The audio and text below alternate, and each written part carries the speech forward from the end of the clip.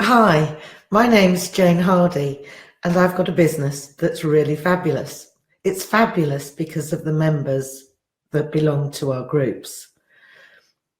But going back a bit, my first ever networking event, I was invited by somebody I'd just recently met, and I went along and I went into this big room and I got to the registration desk and I went, oh my word, this event was full of men in dark suits. And there was I in my pink, which I rather like my pink. But I just freaked and I thought, they all seem to know each other. They all seem to be laughing and joking and all in little groups. And oh, I ran. I might have signed in, but I ran. That was my first ever networking event. How on earth I ever attended another one in my life, I'm not quite sure.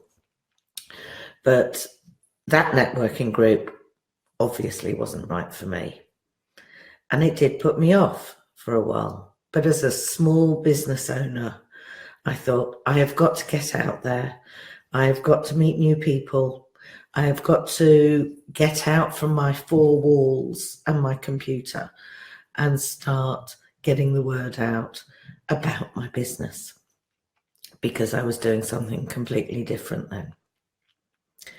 So I persevered. And I went to many networking events in the end. I still felt a bit like Billy No Mates on occasion, but I kept going. And I learned a lot. I met a lot of really good people. They taught me a lot about networking, and I discovered more about myself and what I liked about helping small business owners and what I didn't like about networking. Hence the reason, I don't know how it happened really, being totally honest with you. I now own my own business networking organisation. So really, that's the start of my journey. Don't know how I got there, but I look forward to seeing you again soon. Take care. Thank you for listening.